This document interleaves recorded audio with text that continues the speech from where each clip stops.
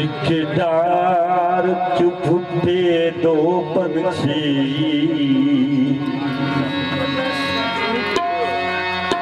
अज हिजर दे थल चिके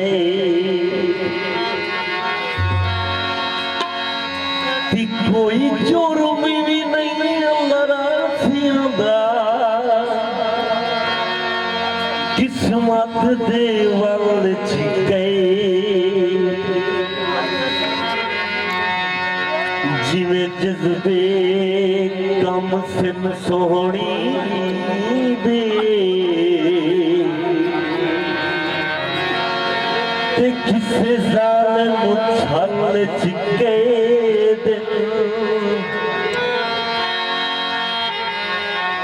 असी कहदा भार सुख जरे विच ते ओ शीश महल च गए।